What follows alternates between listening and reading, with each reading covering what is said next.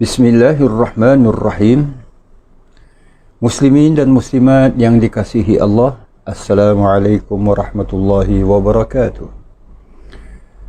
Alhamdulillah, wassalatu wassalamu ala man la nabiyya ba'dah, Nabiyyina Muhammadin sallallahu alaihi wasallam wa ala alihi wa sahbihi wa man tabi'ahu wa wala. Selamat kita bertemu kembali dalam siri penghayatan kita pada sirah Nabi kita Nabi Muhammad sallallahu alaihi wasallam. Insya-Allah dalam siaran kali ini kita akan sama-sama menghayati, bahkan kita menyelongkar sedikit sejarah penting, peristiwa besar yang daripada peristiwa ini ia boleh diibaratkan sebagai pemangkin terhadap pembukaan kota suci Makkah yang berlaku 2 tahun berikutnya, iaitu sesudah peristiwa ini. Peristiwa yang dimaksudkan, sejarah yang ingin kita selongkar dalam siaran ini adalah Perjanjian Damai Al-Hudaybiyah. Perjanjian damai ataupun dalam sebutan Arabnya sebagai Sulh, dan Al-Hudaybiyah adalah suatu daerah yang letaknya sekitar 29 km dari Masjidil Haram. Pada ketika perjanjian damai ini berlaku, iaitu di zaman Rasulullah sallallahu alaihi wasallam, Al-Hudaybiyah boleh dikatakan satu kawasan di luar kota Makkah. Ia merupakan perkampungan yang pertama apabila orang-orang yang datang khususnya daripada belah persisiran pantai, seumpama dari Jeddah, ingin menuju ke Makkah, biasanya akan melalui kawasan Hudaybiyah ini. Namun sekarang ini kawasan Al-Hudaybiyah ini sudah berada di bawah pentadbiran Tanah Suci Makkah. Kita selongkar sedikit muslimin dan muslimat yang dirahmati Allah, sejarah berkenaan dengan perjanjian damai Al-Hudaybiyah ini, iaitu perjanjian yang berlaku pada tahun ke-6 Hijriah. Kita singkap sedikit bila disebut tahun ke-6 Hijriah yang bersamaan dengan tahun 628 Masihi, dan peristiwa ini berlaku dalam bulan Zulqia'dah, di mana pada tahun ke-6 ini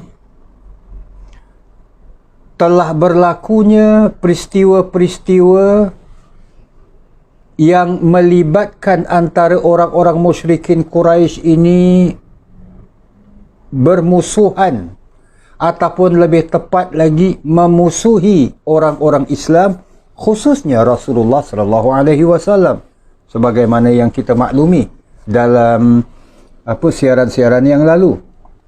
Kalau kita imbas balik sejak daripada Nabi mula menyampaikan dakwah Islam, mengajak kepada menyembah dan beriman kepada Allah Tuhan satu-satunya, pemuka-pemuka atau pemimpin-pemimpin Quraisy telah menunjukkan bangkangan dan penentangan mereka. Sejak daripada awal lagi, ataupun lebih tepat lagi tahun ketiga kenabian.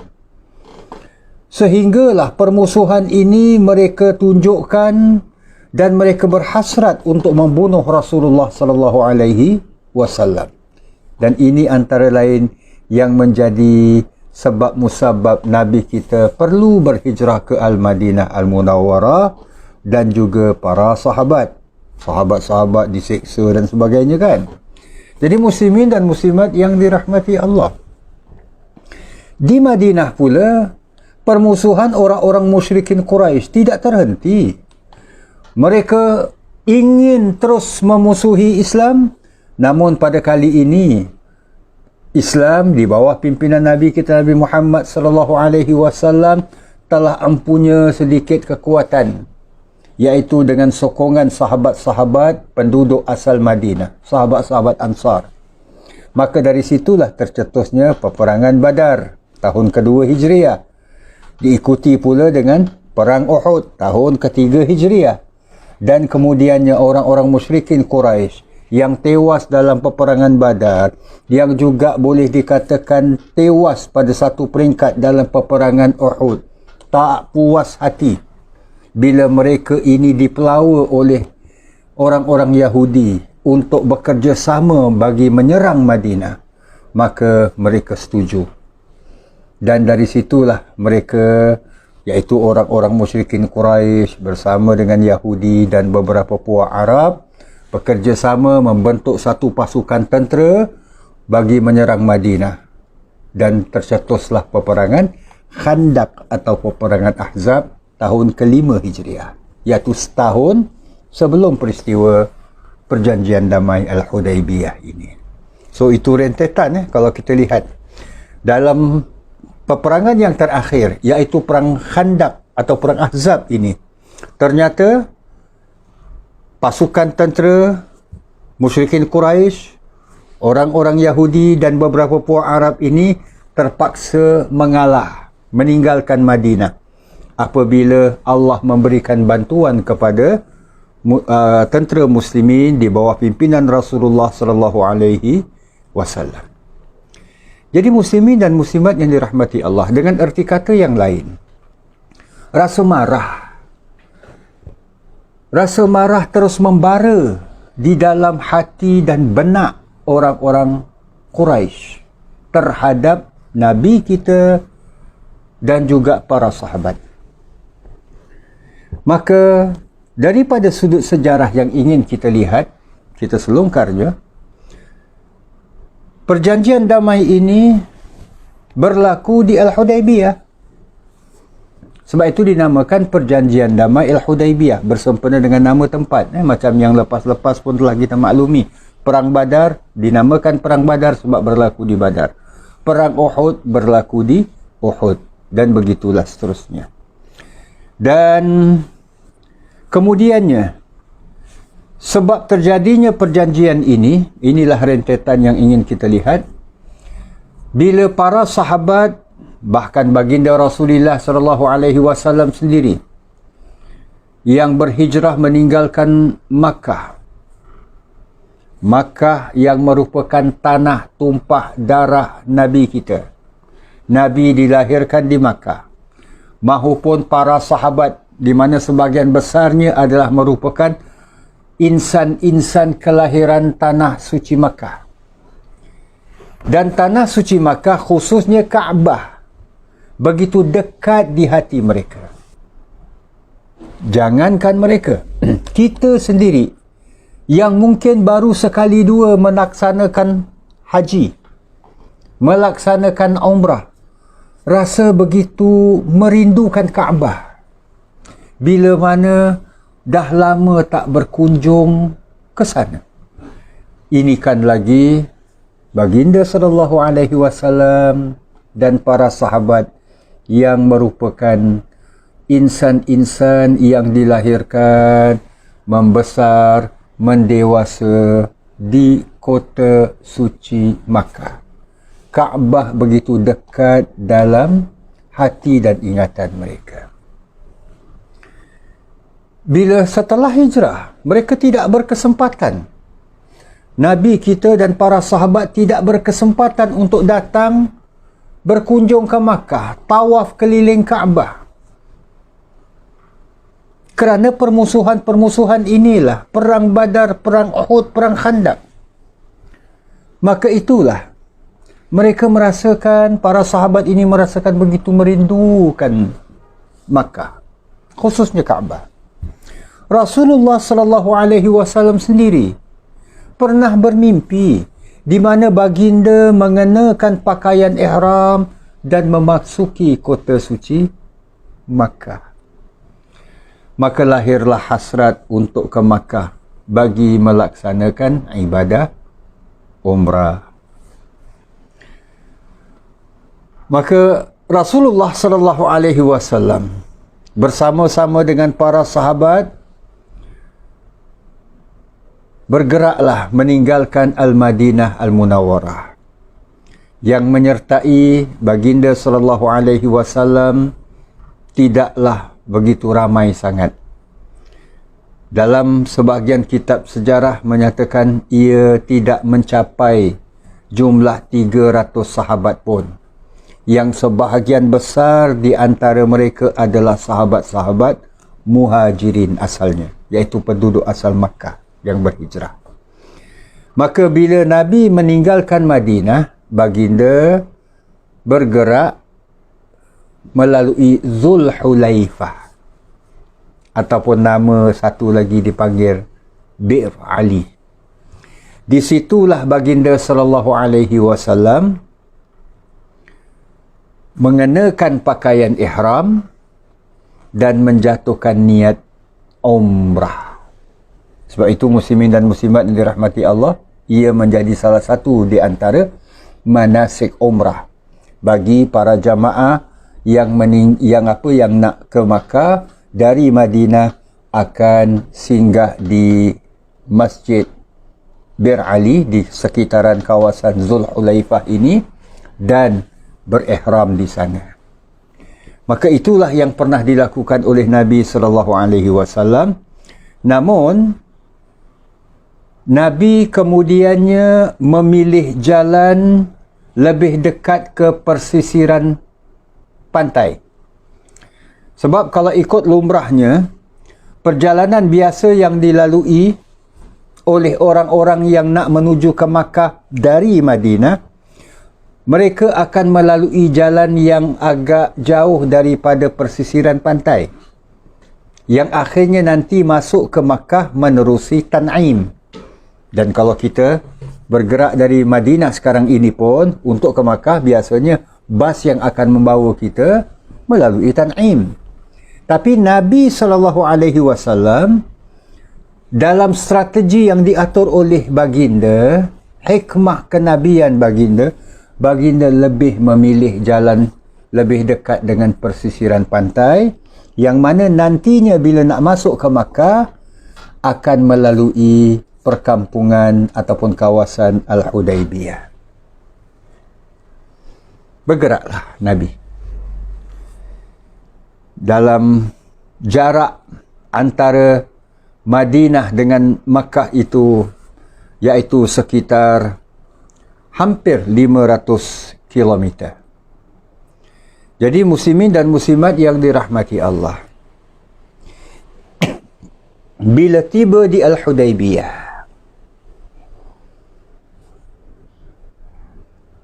menjadi sesuatu yang amat janggal. Siapa pun yang nak datang ke Makkah dialu-alukan. Tidak pernah berlaku dalam sejarah mana-mana orang, mana-mana kelompok yang tak membenarkan orang-orang yang dari luar datang ke Makkah. Kalau kita singkap sejarah di mana tahun kelahiran Nabi kita, Nabi Muhammad sallallahu alaihi wasallam, Abrahah dengan tentera bergajahnya yang datang dengan niat, dengan tujuan untuk menghancurkan Kaabah. Orang Makkah pun tak dapat nak buat apa-apa. Tak pernah menghalang, tak mampu nak menghalang Abrahah yang datang untuk meruntuhkan Kaabah, datang dengan niat yang tak baik. Muslimin dan muslimat yang dirahmati Allah. Tapi sebaliknya, bila orang-orang Islam bersama dengan Rasulullah sallallahu alaihi wasallam yang telah pun mengenakan pakaian ihram. Kita maklum muslimin dan muslimat yang dirahmati Allah. Bila seseorang itu telah mengenakan pakaian ihram, ini ihram orang laki-laki, apa yang dipakainya? Hanya 2 helai kain yang tidak berjahit hujung dengan hujungnya. Satu bahagian atas, satu bahagian bawah. Lain daripada itu, tak ada. Kecuali alas kaki lah. So, pakaian ini tidak melambangkan untuk berperang.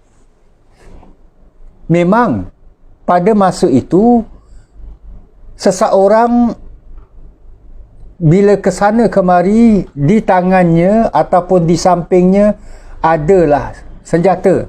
Pedang ke, panah ke, ini biasa. Tapi dari sudut pakaiannya, ia mengenakan pakaian ihram. Tu maknanya melambangkan sebagai seseorang itu niatnya ibadah, bukan niatnya berperang. Itu pun muslimin dan muslimat yang dirahmati Allah. Bila sampai di Al-Hudaybiyah, orang-orang Islam, Rasulullah dan para sahabat dihalang dari melintasi Al-Hudaybiyah dan memasuki Makkah Al-Mukarramah. Mereka tak benar kan? Dan macam kita sebutkan tadi, ini tak pernah berlaku dalam sejarah Makkah. Untuk itu, Nabi SAW meminta Uthman bin Affan radhiyallahu an untuk mewakili orang-orang Islam berbincang dengan para pemimpin Quraisy. Kalau kita singkap sedikit dengan lebih detail, pada awalnya Nabi meminta Sayyidina Umar, wahai Umar, pergilah masuk ke Mekah sendirian, maknanya bertemu dengan pemimpin-pemimpin Quraisy dan berbincanglah dengan mereka. Membenarkan orang-orang Islam menunaikan umrah. Umrah ya muslimin, apa dia? Daripada pertama lagi rukun-rukunnya, dah mengenakan pakaian ihram, dah jatuhkan niat. Ini dah dilakukan oleh Nabi di mana? Di Zulhulaifah tadi, di Bir Ali tadi. Masuk ke Makkah, kemudian apa? Orang yang buat umrah, tawaf. 7 pusingan. Lepas tawaf, sa'i. Lepas sa'i, tahallul. Lepas tu selesai dah. Paling-paling pun masa yang perlu diambil, termasuk perjalanan, letaklah 3-4 jam. Setengah hari pun tak sampai. Itu pun orang-orang Makkah tak izinkan. Maka itulah Nabi meminta daripada Sayyidina Umar untuk berbincang. Maka Sayyidina Umar bukan menolak, tapi Sayyidina Umar memberikan satu cadangan, yang mana cadangan ini Nabi SAW setuju. Apa kata Sayyidina Umar maksudnya? Ya Rasulullah, Tuan juga maklum bagaimana saya di sisi pandangan orang-orang Quraisy. Maksudnya, Sayyidina Umar ini berwatakkan seorang yang garang. Orang yang kalau dia turun ke suatu tempat bagi menyelesaikan sesuatu masalah, biasanya nak disettlekan. Ini nak disettlekan, nak diselesaikan cara something. Maknanya, kalau tak puas hati, kita perang. Itu perwatakan Sayyidina Umar. Jadi takut-takut kalau sekiranya yang datang itu Sayyidina Umar bin Khattab radhiyallahu an, penerimaan orang-orang Quraisy maknanya Nabi nak berperang. Mengapa tidak Sayyidina Umar mencadangkan, utuskanlah Uthman bin Affan. Yalah, Sayyidina Uthman kan orangnya kan pemalu, lembut, yang mana penuh diplomasi. Maka akhirnya cadangan Sayyidina Umar ini Nabi terima. Itulah yang Nabi SAW mengutuskan Sayyidina Uthman bin Affan radhiyallahu an untuk masuk ke Makkah sendirian. dan berbincang dengan orang-orang Quraisy. Tujuannya apa? Just benarkanlah orang-orang Islam yang datang dengan pakaian ihram, yang datang bukan tujuan berperang, untuk melaksanakan umrah, untuk tawaf, untuk sa'i, untuk tahallul, lepas tu balik. Kita mungkinlah sekarang ni. Kita mungkin sekarang ni buat umrah, buat juga. Shopping sakan pun, shopping juga. Itu kita. Nabi dan para sahabat tidak. Tujuannya untuk melaksanakan umrah, dah habis. Itu aja.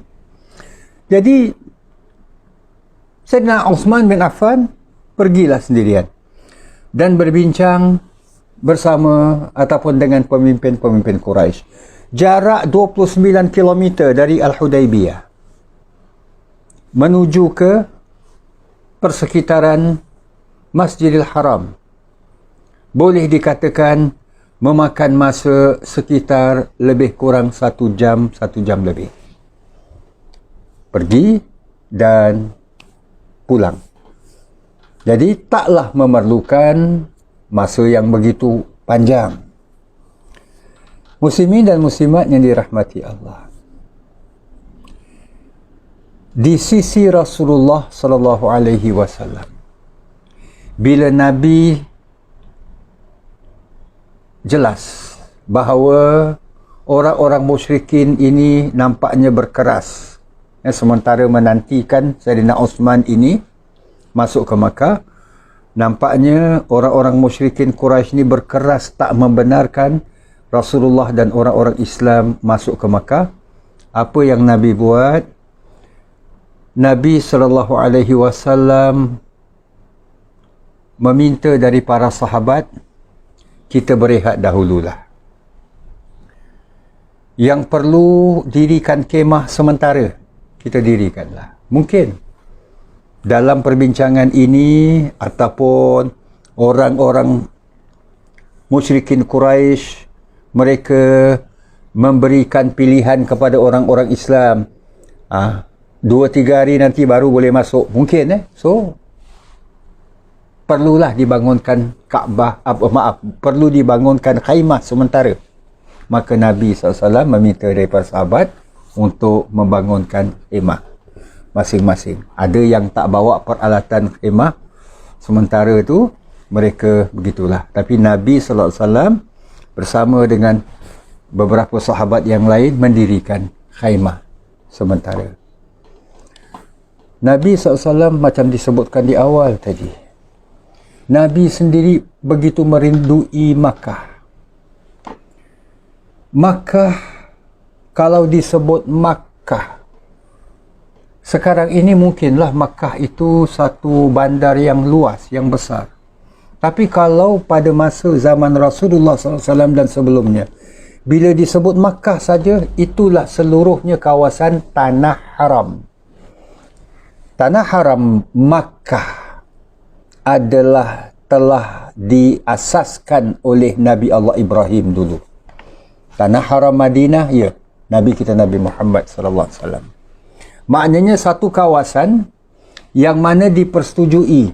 Kawasan ini adalah kawasan Tanah Haram yang mana diharamkan berlakunya pertumpahan darah di dalamnya. Maka adalah di sana perbatasan-perbatasannya. Maka Hudaybiyah adalah boleh dikatakan perbatasan antara tanah halal dengan tanah haram. Nabi SAW setelah membangunkan khaimah sementara ini dengan penuh kerinduan, Nabi SAW ingin mendirikan solat di dalam kawasan tanah haram ini. Kita lihat akhlak Nabi. Baginda SAW berwuduk. Kemudian baginda meminta izin dari salah seorang penduduk Hudaybiyah ini, orang kampung Hudaybiyah ini, untuk Nabi melangkah beberapa langkah masuk ke kawasan tanah haram bagi melaksanakan solat 2 rakaat. Saking rindunya Nabi dengan kota suci Makkah. Orang yang diminta izin itu sedar, kalau disebut solat saja, ia adalah ibadah. Tak ada tujuan-tujuan yang lain. Dan solat tu pun 2 rakaat. Solat 2 rakaat ini berapa lama lah, berapa panjang lah. Maka Nabi setelah diizinkan baginda masuk ke kawasan Tanah Haram ini beberapa langkah, kemudian baginda mendirikan solat 2 rakaat. Berkiblatkan, kita maklumlah, kiblat ke arah Masjidil Haram, ke arah Kaabah. Itulah, kita lihat begitu rindunya Nabi terhadap kota suci Makkah. Dan ini lumrah bagi setiap orang. Bila mencintai tanah tumpah darahnya, tanah kelahirannya, ini umum. Nabi sendiri begitu merindui dan mencintai Makkah. Nabi solat, mereka tengok, saksikan, takut-takut Nabi masuk, larikan diri ke. Itu kita lihat Nabi, orang-orang Islam ini diikat dengan perjanjian. Bila janji demikian, ditepati. Ini akhlak orang Islam, dan ini telah ditunjukkan oleh Nabi kita sallallahu alaihi wasallam, di mana Nabi solat 2 rakaat yang ringkas, kemudian Nabi berpatah balik kembali ke kawasan kemah baginda yang letaknya di kawasan Tanah Halal. Itulah Nabi sallallahu alaihi wasallam. Di sisi Sayyidina Uthman bin Affan pula, Sayyidina Uthman bin Affan yang merupakan orang utusan Nabi untuk berbincang dengan pemimpin-pemimpin Quraisy, bila sampai di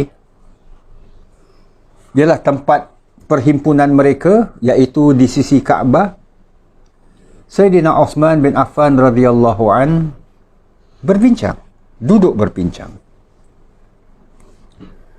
Namun orang-orang menjadi adat, macam kita sebutkan, menjadi adat kebiasaan orang-orang Makkah daripada dulu sampai sekarang. Jangankan orang Makkah, siapa pun yang datang ke Makkah, termasuk kita-kita ni, kalau untuk tujuan haji ke, tujuan umrah ke, hatta kalau tujuan setakat ziarah, tidak buat umrah, tidak buat haji, disunatkan kepada kita, kalau umrah itu adalah merupakan rukun lah kan, kita melaksanakan tawaf.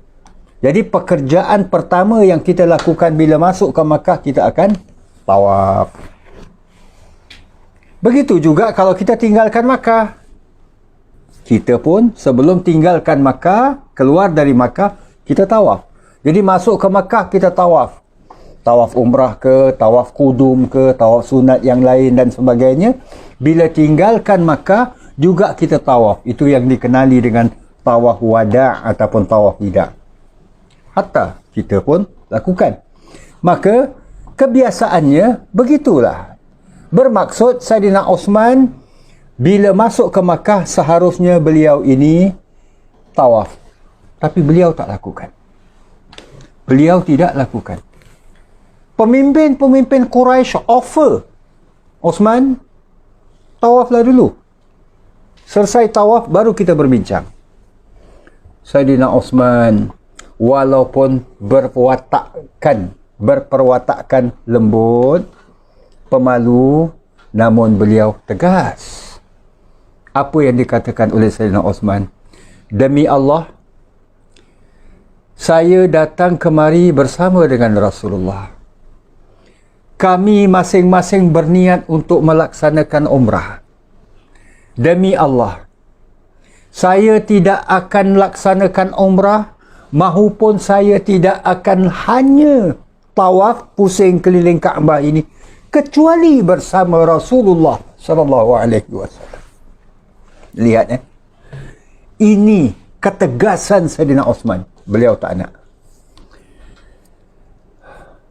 Beliau tak akan tawaf, tak akan selesaikan umrahnya kecuali bersama dengan Rasulullah sallallahu alaihi wasallam. Okeylah. Lalu pemimpin-pemimpin Quraisy ini menyatakan, kalau engkau tak nak, sudah. Sebab kami tidak akan benarkan Muhammad untuk melaksanakan umrah di sini. Dan pada kali ini, kami tak akan benarkan. Maka itulah muslimin dan muslimat yang dirahmati Allah. Mereka berbincang dan ini memakan masa. Sehingga Rasulullah SAW merasakan, mengapa begitu lama Saidina Osman berada di samping orang-orang musyrikin Quraisy. Kita maklum sejak hijrahnya orang-orang Islam telah terdapat beberapa para sahabat yang mana mereka ini bila ingin kembali ke Makkah untuk tujuan mungkin mengambil keperluan mereka, mungkin bertemu dengan keluarga mereka, mereka ditangkap oleh pemimpin-pemimpin Makkah dan ditahan di Makkah, tak dibenarkan kembali ke Madinah. Ini yang dari Madinah datang ke Makkah dengan tujuan mengambil keperluan mereka, tapi mereka ditahan. Yang memang orang-orang Islam yang belum sempat berhijrah terus menerus ditahan. Ini yang dilakukan oleh pemimpin-pemimpin Quraisy.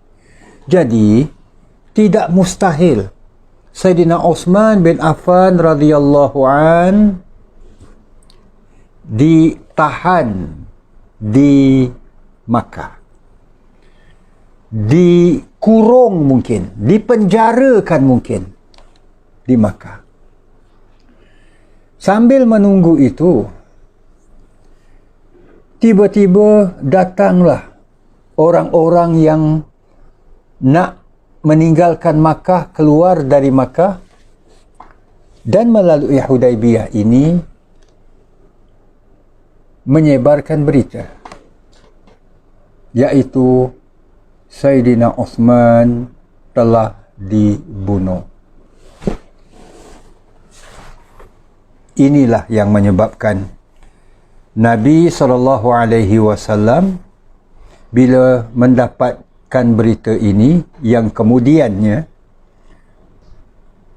dapat disahkan bahawa berita ini adalah merupakan berita ataupun khabar angin saja, maka pada ketika awalnya bila mendengar berita ini, Nabi SAW mengumpulkan para sahabat untuk berbai'ah, iaitu melahirkan sumpah taat setia untuk kalau terpaksa kita berperang bagi menuntut bela pembunuhan atau kematian Sayyidina Utsman, kita akan lakukan.